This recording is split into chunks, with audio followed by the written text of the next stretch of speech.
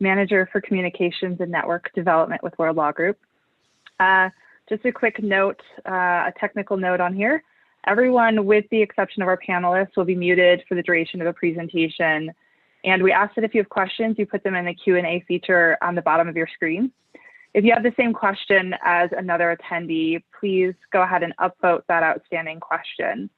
We will try to address questions as they present themselves, and if not, we will get to them at the end. If we don't get to all of the questions, we will address them in a recap of the presentation. If you have any technical difficulties during the webinar, you can note your problem in the chat area, and we will try to assist you. At the end of the presentation, there will be an option to complete a quick survey, and we ask that you please take a moment to complete that. With that, I will now hand it over to our moderator and the co-chair of our infrastructure group, Juan Manuel. So good morning, everybody. Thank you for being here.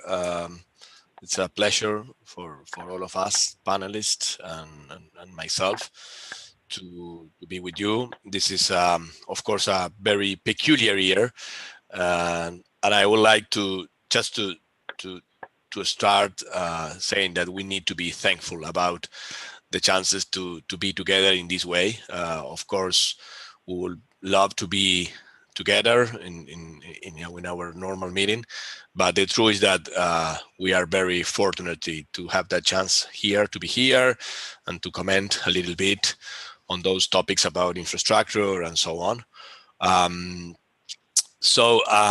With that say, so thanks again for being here, and I would like to introduce the panelists that we have been able to gather today. Jeremy from Minter Ellison from Australia, Nat Curtis from Golin from the UK, Jan de Baas from One Partnership from Singapore, John Lenard from Davis Ward Phillips and Beineberg from Canada, and Alejandro Perelstein from Bruchu, Fernandez Madero, and Lombardy, our neighborhood. We honestly, it has been a little bit difficult to organize this panel in the sense that we need to think about the current situation, but also what are the tendencies. So main topics that we will discuss today will be delays and project finances responses, foreign direct investment restrictions and delays that we have been suffering during these months. We'll discuss a little bit about Brexit and access to European funding too, and obviously probably from Canadian funding too. And then some comments about enforcements, delays, insolvency, safe harbors, force majeure, and others.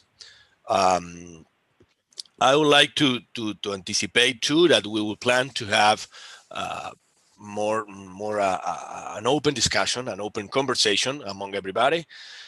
So even I will ask particular questions to one of the panelists. The idea is that each of you, if you had that willingness, just to stop the conversation, raise their hand, ask the question. So we'll try to make us more interesting than possible. Okay. So with that, thanks Hannah and thanks Thori again for organizing this and insisting that we need to be prepared for this, and hopefully everybody will enjoy it about. My first question goes for Alejandro from Argentina. I would like probably the topic will be which are the alarms that the pandemic triggers on the financial and infrastructure project, Alejandro, from your view, from your particular view from Argentina? That will be my first kickoff question. Thanks, Juan. I think that in Argentina, I would say that the main infrastructure projects that were under construction at the time the pandemic started are most of them related to the energy sector, mostly on the renewal program that the prior administration created. And the main problems were basically raising concerns of the lenders relating to delays on construction and how those delays on construction were potentially trigger any type of penalties on the delay or even termination of the agreement.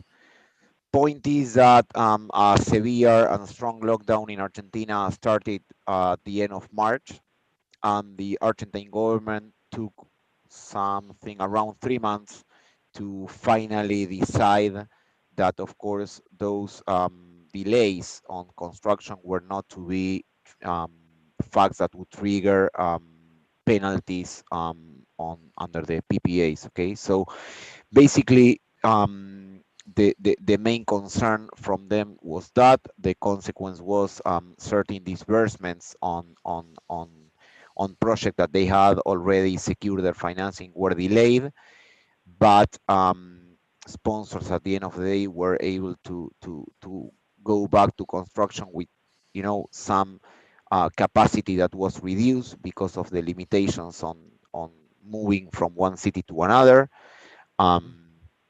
But that was mainly the points. No terminations took place.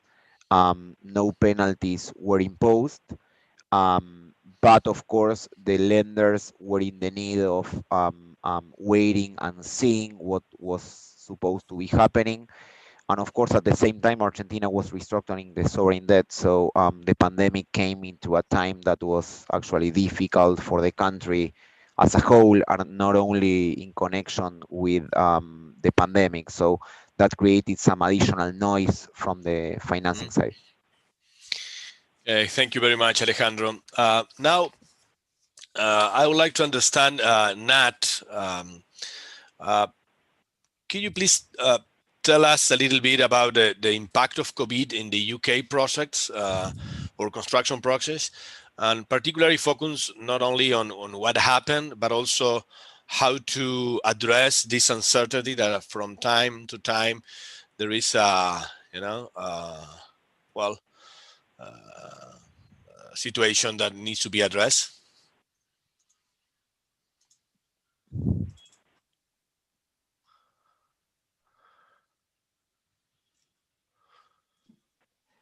So apologies, I was on mute. Thanks, Samuel. We have some parallels to the situation that Alejandro outlined in Argentina here in the UK.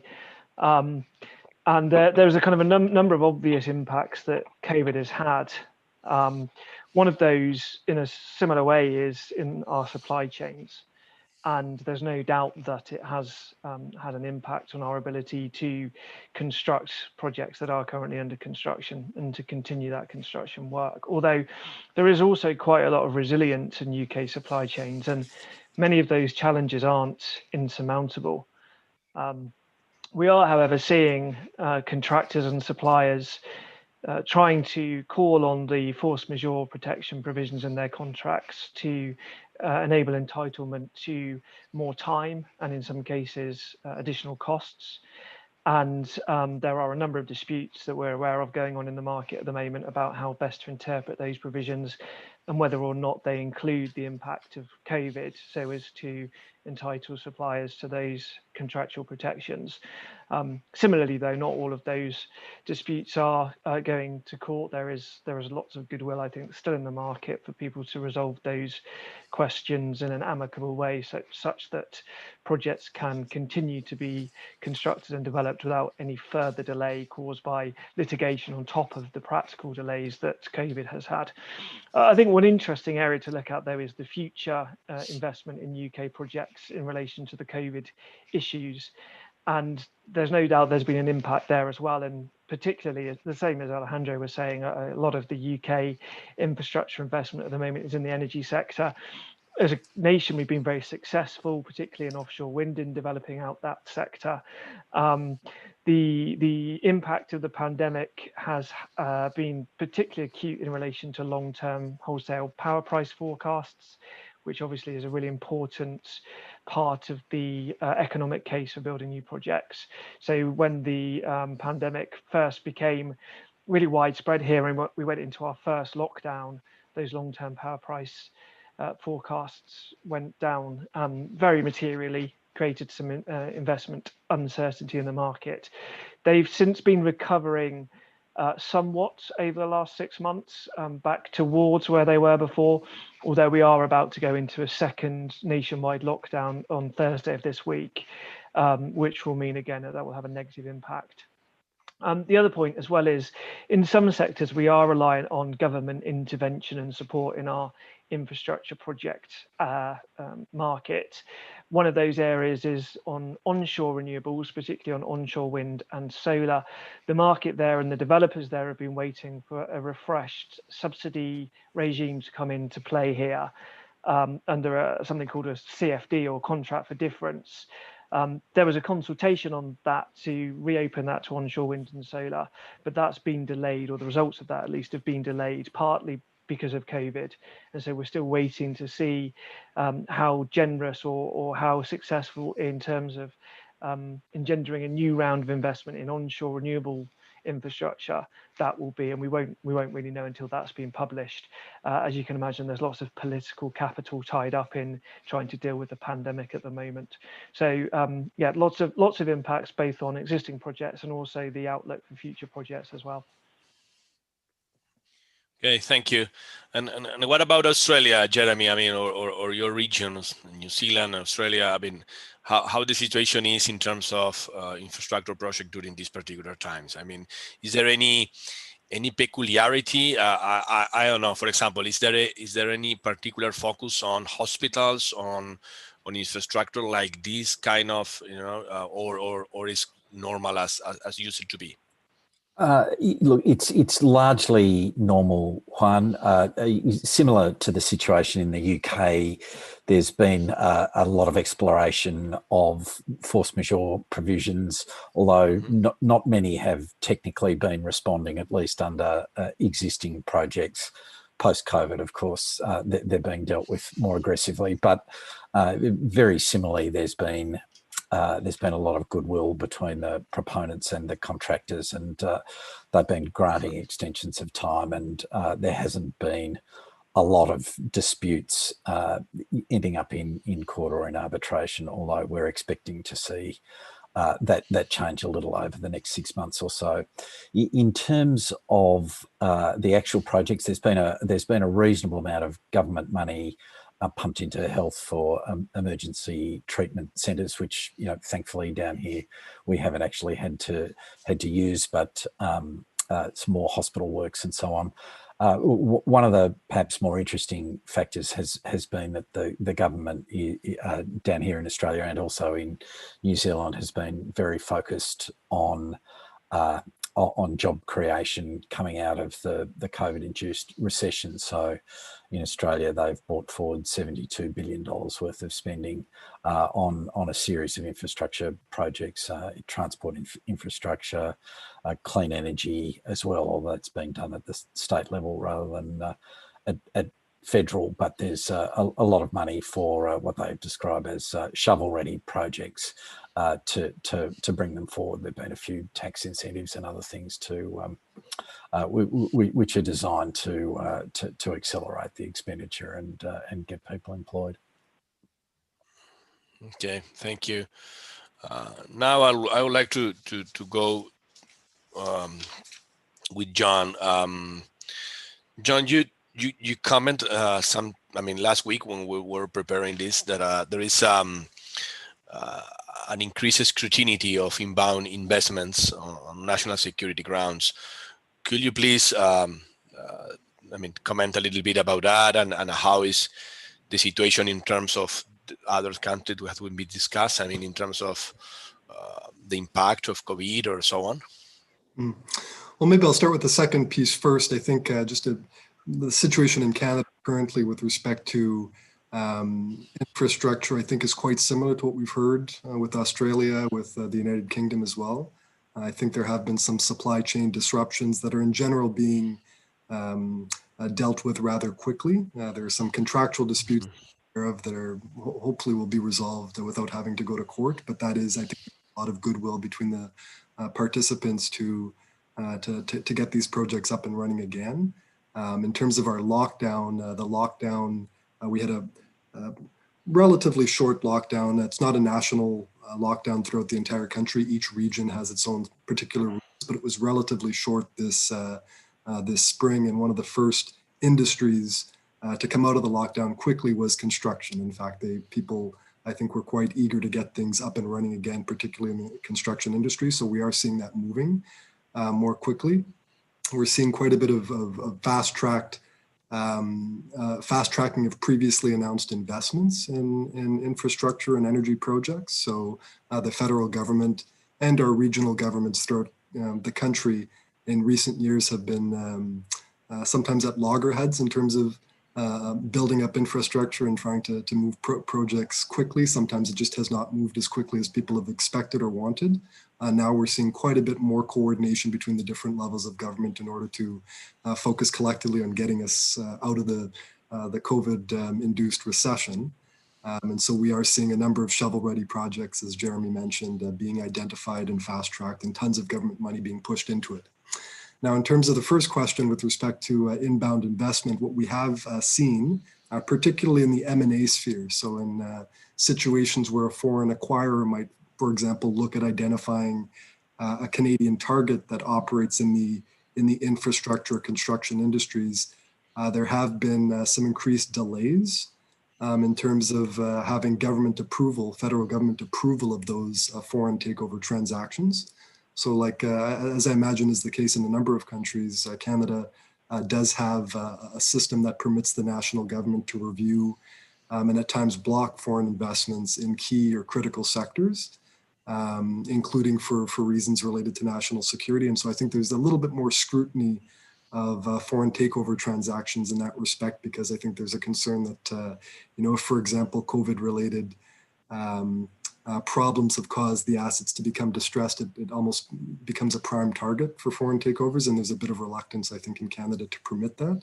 So we've seen some of the delays with respect to national security reviews of transactions being extended by almost double in certain circumstances. So it's it causes a bit of transactional uncertainty, but it is something to keep an eye out for. Okay, thank you. Then I'd like to hear about Jan De Ba's perspective.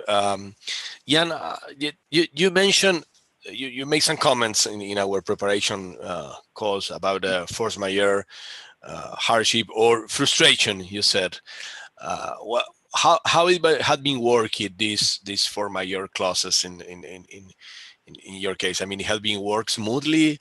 It had been accepted by both parties as a kind of force majeure typical, or there is any peculiarity on that? Thanks, Juan Manuel. In the situation in Singapore is that we have a common law system, and it's broadly based on English law. So for force majeure, it really depends on your contract and whether you have specifically provided for, well, not COVID-19, but have you at least mentioned the word pandemic?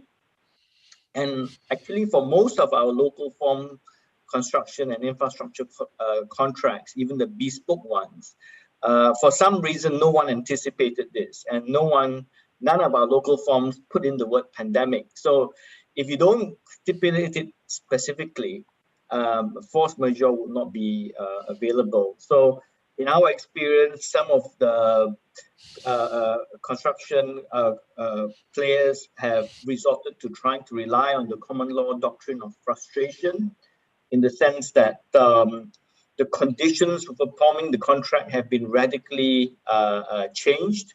But it's a high threshold, and it's not so easy to establish frustration. The fact that a project is more expensive to complete doesn't necessarily give you the right to rely on the doctrine of frustration. And I think Manuel, like in most civil law jurisdictions, we don't really have a doctrine of hardship, which allows parties to then re-enter into negotiations and sort of like rework pricing and other conditions. But what the government did for Singapore is, and I think it was one of the first countries to do it together with Australia and I think Germany, we came up with what is called the intervention legislation. COVID-specific legislation, which allowed, which actually had at its core the objective of preventing parties from entering into dispute and making claims by imposing a moratorium against the commencement or continuation of all actions in litigation, arbitration, enforcement of security, winding up, bankruptcy. All these applications were sort of like barred, okay, for 6 months, and to give parties breathing space and relief. So even for infrastructure projects, you could not call on a performance bond. You would not be able to enforce a liquidated damages clause for the portion which is affected by COVID-19. And you would even be relieved from breaches of construction and supply contracts. So in our experience, which I think quite unique, we didn't have to rely so much on force majeure and trying to fit the situation into the clause, or we didn't have to try to climb the high hurdle of trying to establish frustration. What happened was that the intervention legislation came in, and it basically put a handbrake on all these potential claims. And by the way, it is still in force and will continue to be in force until 31st March 2021. So that's the experience from Singapore.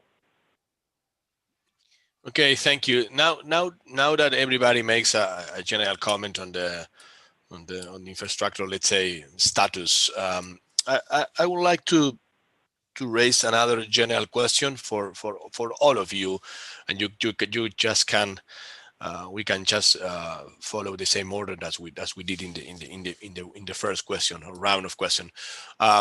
This situation that, I mean, when you think about at least a force majeure in our country like Uruguay, it's supposed to be a situation that nobody can anticipate, and nobody can, let's say, be prepared for handling it.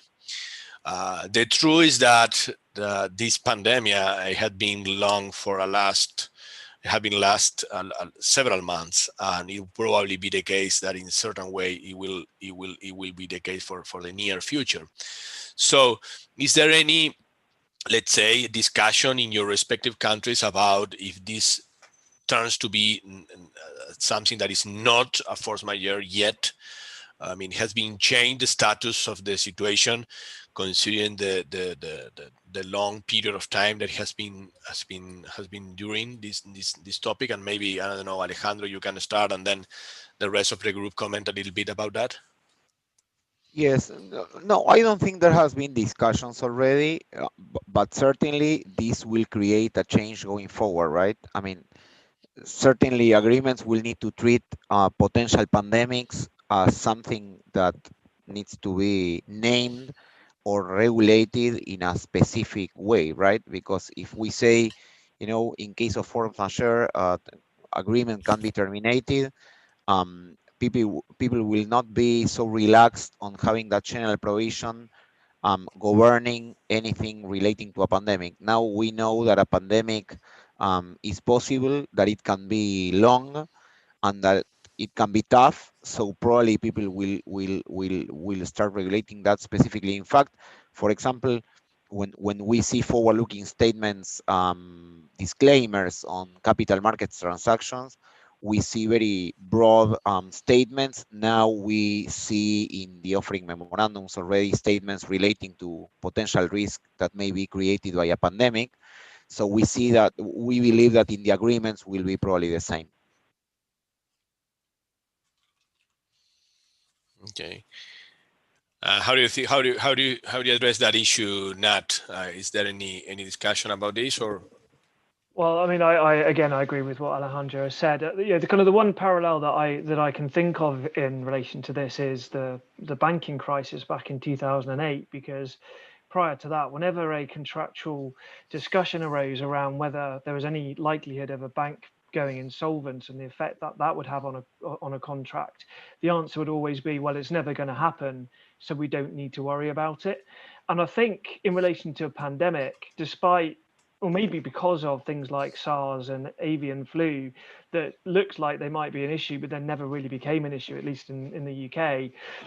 People have underestimated or kind of treated it as a very remote risk, to the extent that they never have to really worry about it.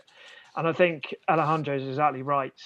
Going forward, there will be far more attention paid to the really precise drafting of force majeure clauses, but also the impacts that they have on the parties' contractual rights under the documentation.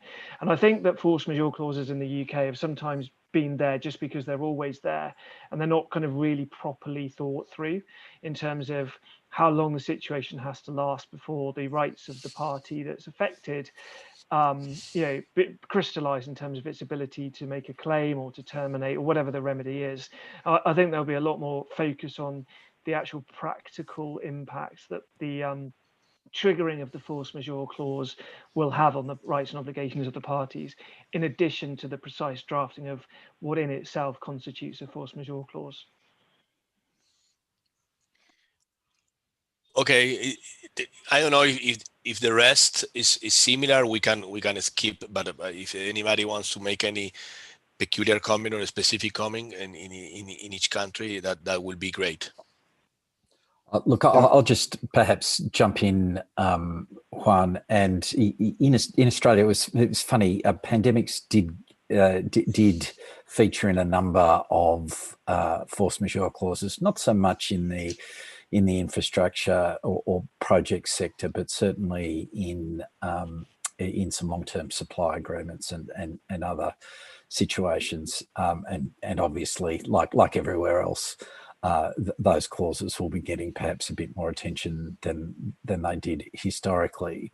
I mean, given the current circumstances, one of the issues with force majeure, of course, is how long it applies for and what happens. And generally in Australian contracts, if the force majeure is in place for a period of, between 1 to 6 months, it gives right to a right to terminate the contract.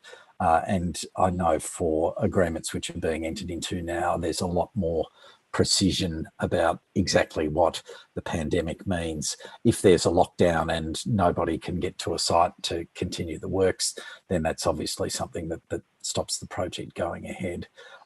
But given the circumstances and the lack of immediately substitutable parties, as long as the proponent still wants the project to go ahead, they've tended to work it out commercially.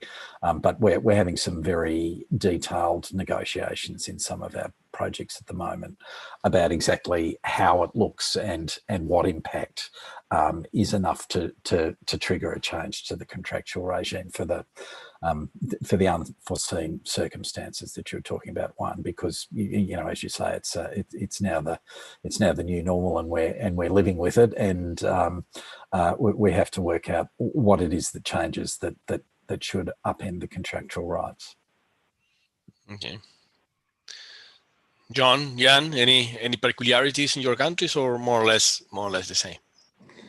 Yeah, certainly from Canada, I think it's again, we're quite similar to Australia. I think we're almost sister countries in a certain respect, but a lot of the same thing that Jeremy just mentioned, I think, are equally applicable to Canada. A lot of negotiations on force majeure and material adverse change clauses. So what I'm seeing more and more is actually material adverse change clauses that specifically exclude the current COVID pandemic. So given that it's been lasting for so long, it's almost baked in now to the commercial arrangements that are currently being negotiated. So parties entering into commercial arrangements today probably would not be able to rely on COVID, particularly if it's now being specifically excluded from material adverse change clauses.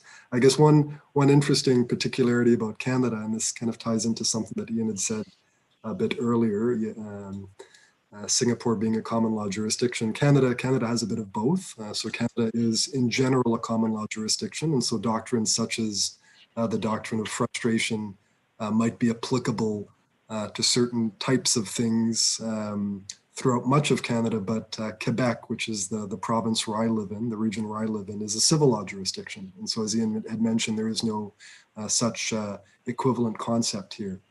So what might be interesting about Canada, depending on how these things evolve before the courts, if these things do evolve before the courts, is whether or not there might be a patchwork of rules throughout the country, given Quebec's particular status as a civil law jurisdiction. I just want to pick up from what Don mentioned, because I was reviewing a contract 2 weeks ago on a material adverse change clause as well, and the client said you have to put COVID in, and one has the exclusions to make it very clear that that is no longer, something that is adverse, because it's something that we are aware of and we are alive to.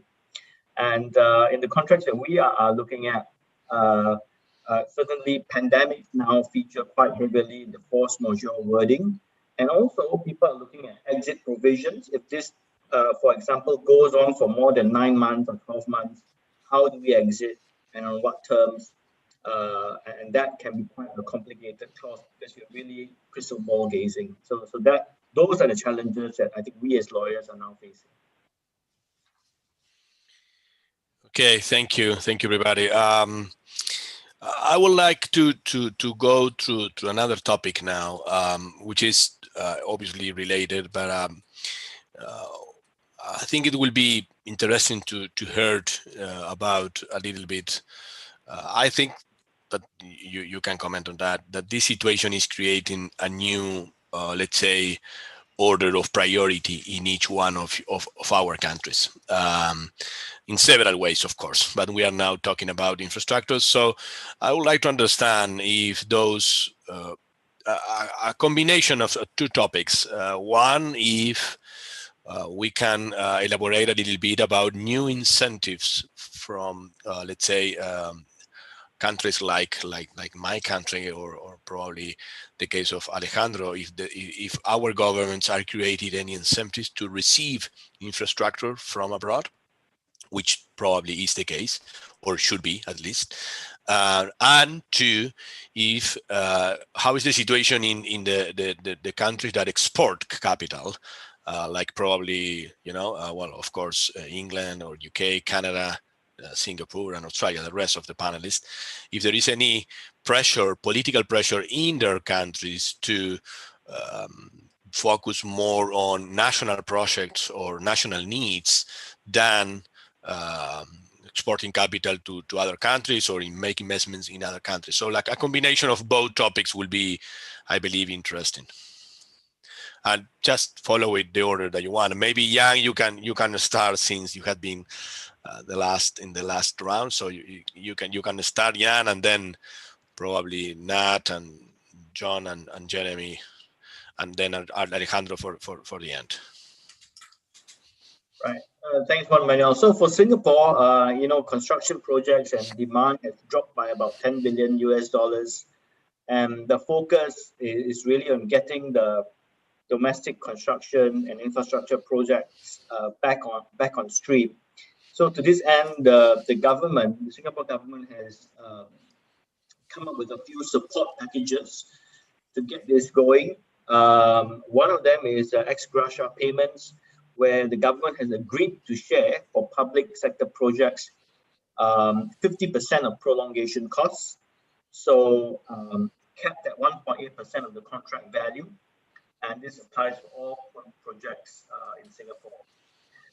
And also it's come up with what we call the Restart Booster to help construction firms who incur additional compliance costs, because now the workforce is segregated. There has to be safe distancing at work sites, more portable toilets, more PPEs, more masks, more barricades, and all this is going to drive up construction costs. So again, the government has agreed to co-share in these costs. And the other way that the government has helped is in extending what is called advance payments. So typically during our lockdown, which was in April and May this year, advance payments were made, and that advance payment has now been extended even further to the point where the projects can restart, because after the lockdown, the projects still needed to go through and jump through many different hoops, get approvals from different government authorities, the health ministry, the manpower ministry, and the building and construction industry ministry.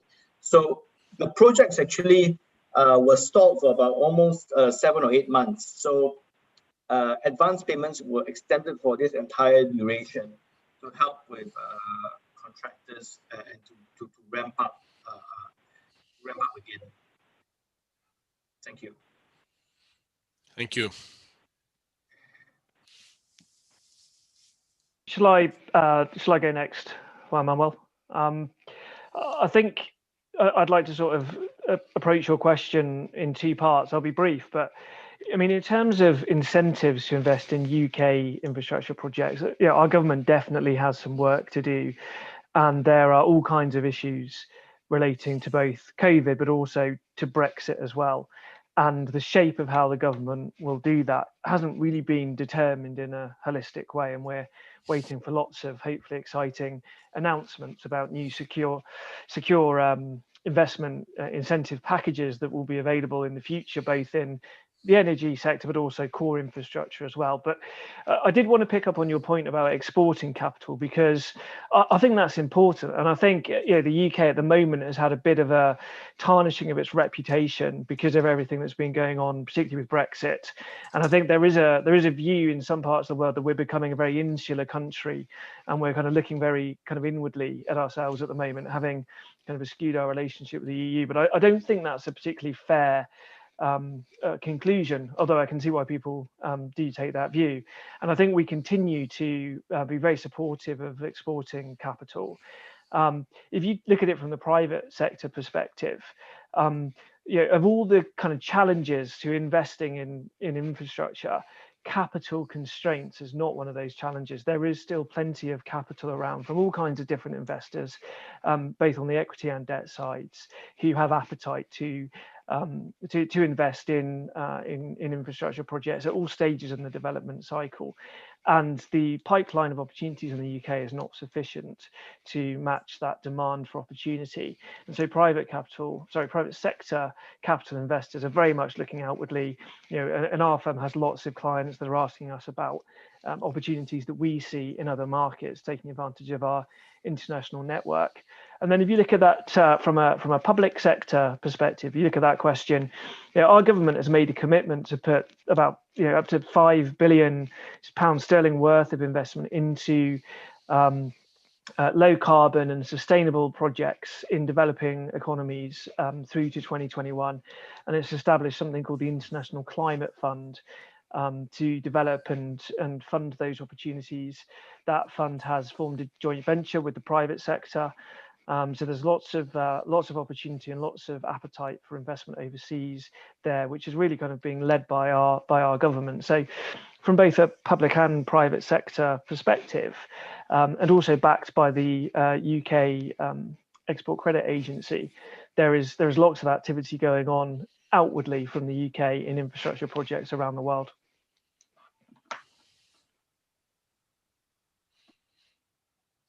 Maybe I'll go next, and similarly, Juan, I'll sort of just touch on 2 things. I mentioned before that our national government has expressed some enthusiasm for shovel-ready projects to accelerate and stimulate the economy coming out of the COVID recession, and they've essentially agreed to accelerate the approval process for more than $70 billion worth of projects. So environmental and all of the other planning and other approvals that can take a considerable amount of time for large projects, particularly in the resources sector, they've agreed to do on an accelerated basis.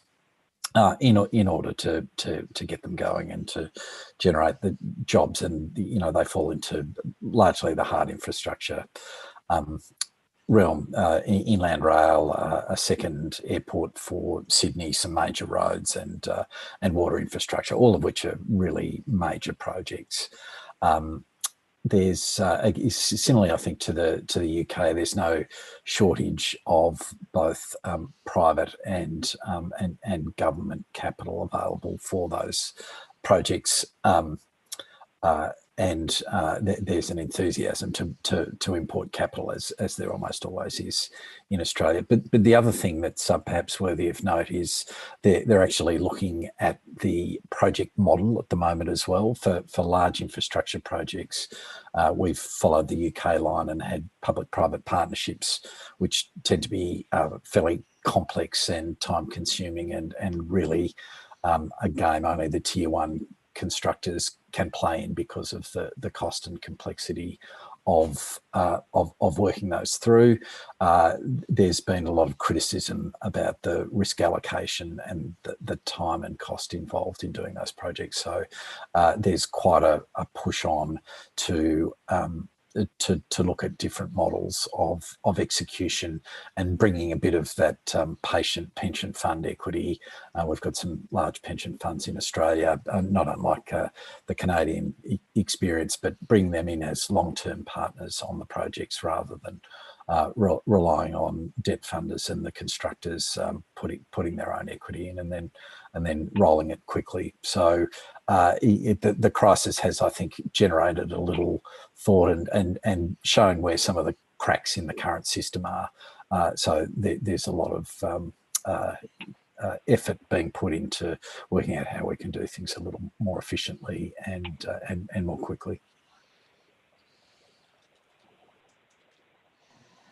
Okay, so Juan Manuel, perhaps I'll comment from a Canadian perspective. So in terms of your question was whether there's going to be a increasing focus on inward-looking projects, Canadians basically investing in Canada. So I can say that the federal government a few years ago, I should say, announced a 12-year, $180 billion Canadian government investments in infrastructure projects throughout the country. So that in pre-COVID terms, that was considered quite a remarkable sum. That sum includes both direct federal spending as well as other incentives for investments in infrastructure. One interesting thing we've seen in the last couple of years is the development, what's called the Canadian Infrastructure Bank, which is essentially a federal government entity that seeks to provide up to $35 billion in funding or loan guarantees for public-private partnerships.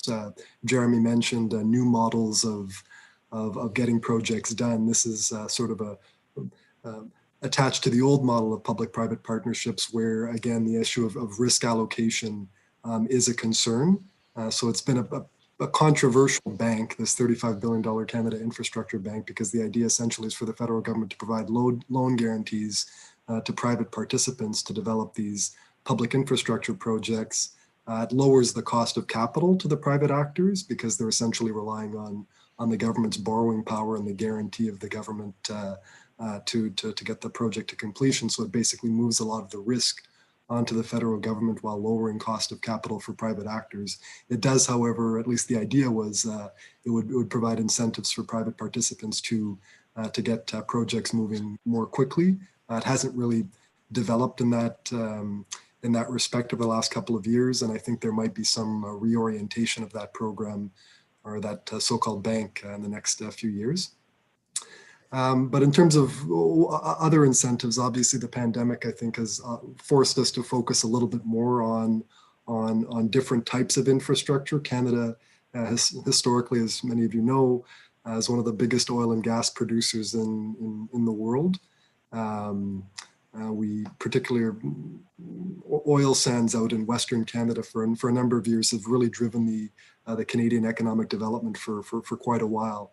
And I would say both prior to the pandemic, about a year or two before the pandemic, and now certainly during the pandemic, with the price of oil dropping precipitously, it's just made a lot of those projects a lot less economical. And so I think there's a growing push within Canada to move towards green energy projects, solar, wind.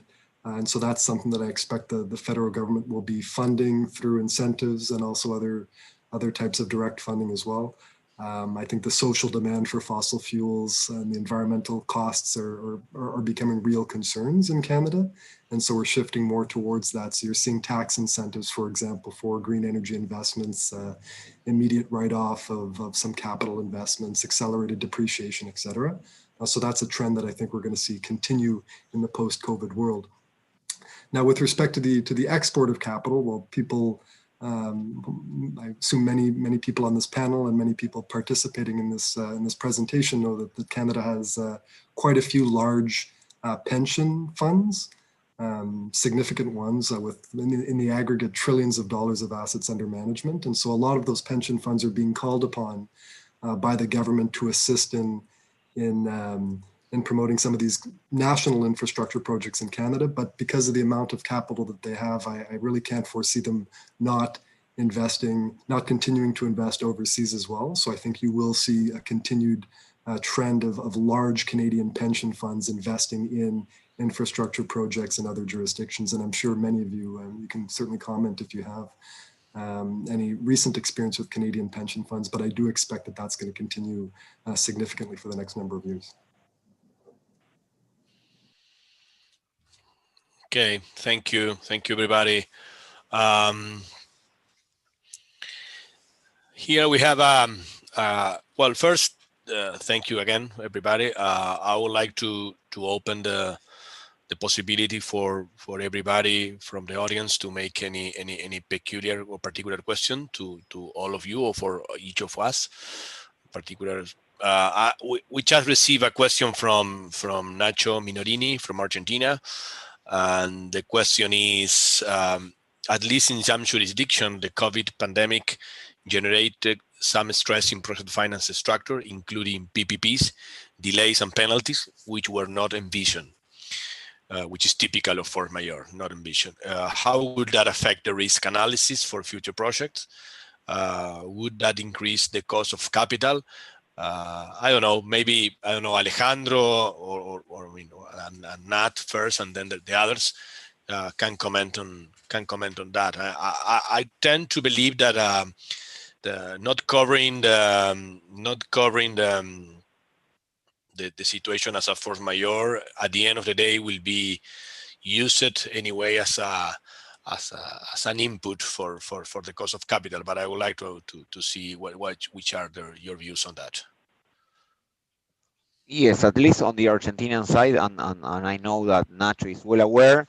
I think it's better to leave the floor to the rest of my fellow panelists, because Argentina, I would say that the cost of capital has been increasing dramatically, but not only because of the so-called recession caused by the pandemic, but as I was saying, I mean, Argentina was undergoing a difficult restructuring process, change of administration, huge fiscal deficit, and cost of capital is a problem in Argentina right now that is worse because of the pandemic.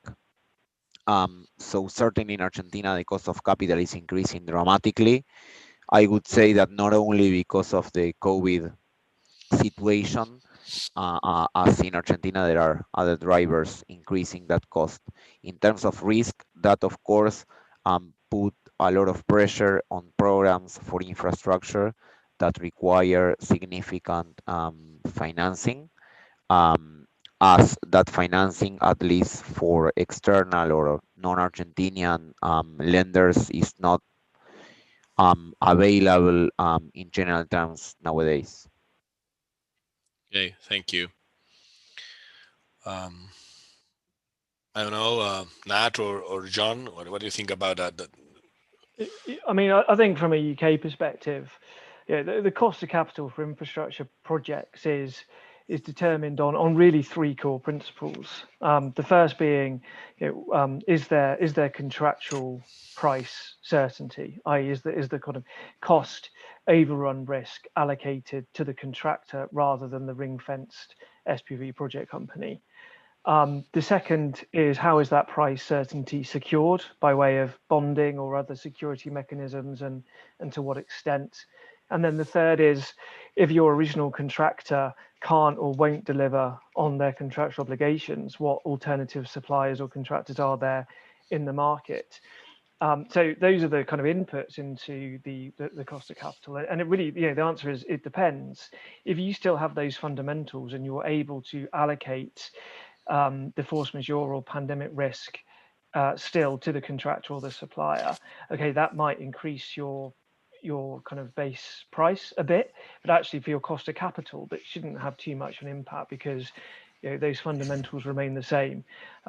Where you may very well have a cost of capital issue is where your project rating materially worsens because you're no longer able to allocate risk to the contractors or suppliers in that way. But it really does depend on how contractors and suppliers are going to approach the contractual negotiations in the future.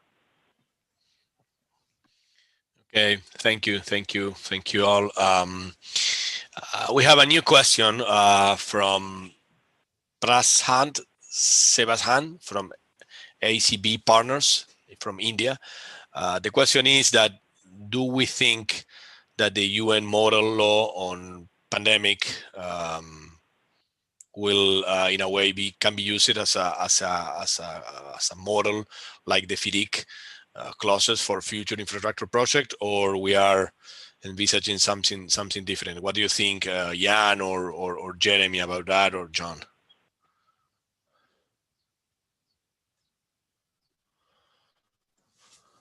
Yeah, I think having a model law would certainly be, would be a step in the right direction. It would give you at least a template from which you could use to either for guidance or as a basis on which to come up with your own bespoke provisions, and that will give people the certainty, and it would, if you like, create like a industry standard, which is what the other model laws have done.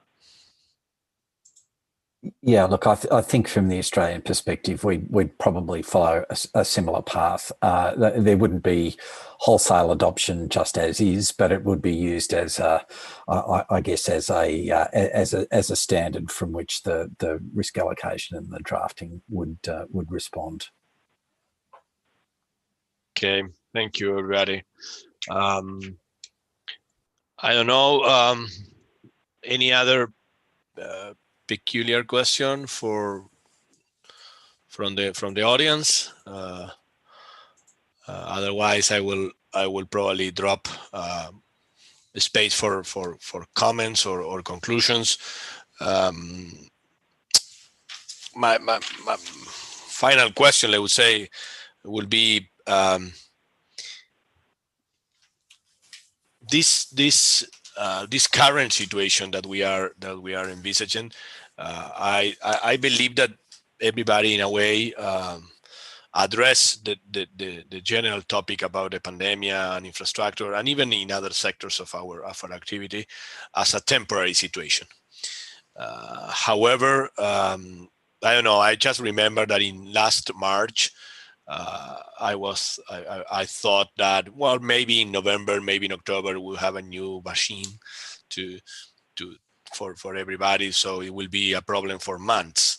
And the truth is that the situation continues as more or less it had been for the last 8 months or 7 months. And the situation in other countries, it lasts long. Maybe we are reaching a year. So this has been let's say, considered to be as a new normal, and as such, it should be in a way contemplated in our countries, even for the new infrastructure projects. Now, I for example, I'm handling some project with the government, and they refuse to consider the pandemic as a force majeure, situation, mainly because of the fact that it's something that we already know, and you can be prepared about that, and you can consider that on your price and so on. Is that the case in other countries, or is just more let's say a situation for this part of the world? So maybe, I don't know, John, and well, I mean, the people from let's say more developed countries can comment a little bit about that, and then I would like to see what is Alejandro's perspective on that too. Yeah, well, I think as I mentioned a bit earlier, I think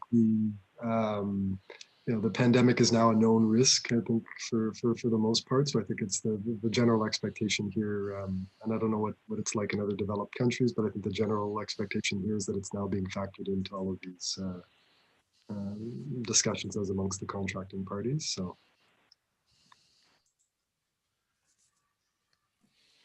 Yeah, I would entirely agree with that, John. It's now a known quantity, and so rightly figures as part of the overall risk allocation when parties are approaching how that risk will be allocated in the development of projects. Yeah, and again, a very similar situation down here. It's dealt with in some detail when you're looking at new waves and lockdowns and so on. But the expectation is, because we understand a bit more about it, we've lived through it for a while, we need to design the contractual provisions to deal with what we might expect to come out of it.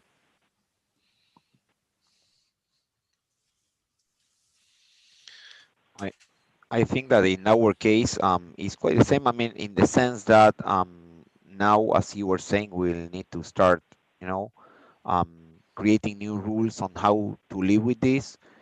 I a little bit skeptic on this being the new normal forever. Of course, that's a personal feeling, but I believe that now claiming force majeure, of course, is difficult because it should be on a case-by-case basis, whether there is specific aspects of the infrastructure project that cannot be carried out, right? Because at least in Argentina, things are opening up again, and the limitations were reduced significantly. So it seems to be a new normal now. Yeah, and I think the other thing that I would say is from a UK perspective, actually, COVID is one of the certain uncertains, if you like. We have other issues alongside that might be fairly particular to the UK, but which are causing uncertainty, which is at least as worrying for us as COVID. And the obvious one is Brexit, and the fact we still don't have any certainty on the future relationship that we're going to have with the rest of the European Union post the end of the transition period, which ends on the 31st of December this year. That is as big an issue for the infrastructure sector, I think, in the UK, as is COVID. And you then put into that mix as well the fact that the entire kind of basis on which debt is priced in the London market is changing over the next year. And it would be wrong to view the challenges facing our infrastructure projects purely through a COVID lens. There are, as there will be in every other jurisdiction as well, lots of other issues too, which aren't really connected, but which shouldn't be forgotten when approaching or analysing the opportunities for investment into the infrastructure sector. Okay, thank you very much. Then I think that we have a final, another question from Carlos Alfaro. I hope he's doing great. About the PPP projects in Argentina. He said that the government has terminated 5 large PPP road infrastructure projects, but contractors were not able to meet the financing conditions. So traditional concession will prevail, and China will become the main provider of financing. It looks like more like an assessment than a question. But anyway, is that the case, Alejandro? I mean, how do you found that situation? I mean, this is what has been happening, or yes, yes, I agree. Hi, Carlos.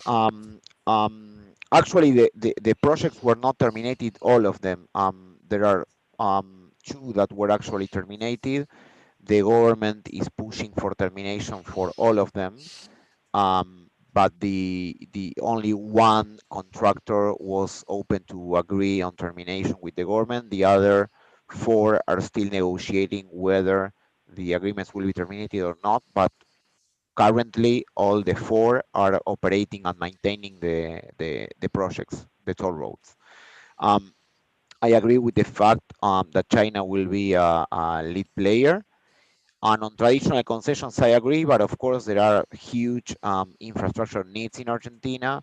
And of course, we learn already that concessions will be easier for execution in terms of the fact that we'll not need external financing, but of course will limit the ability to execute significant infrastructure project for the government because of the lack of actual budget to do it. So there's going to be a trade-off for this new administration on whether to go through that road only and limit the amount of infra that is being performed, or try to find some new horizons and increase the amount of infrastructure they are going to be able to carry out.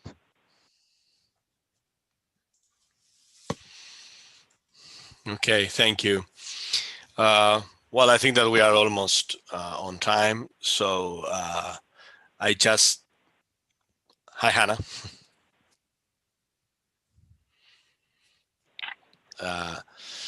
I just want to thank everybody to be here today.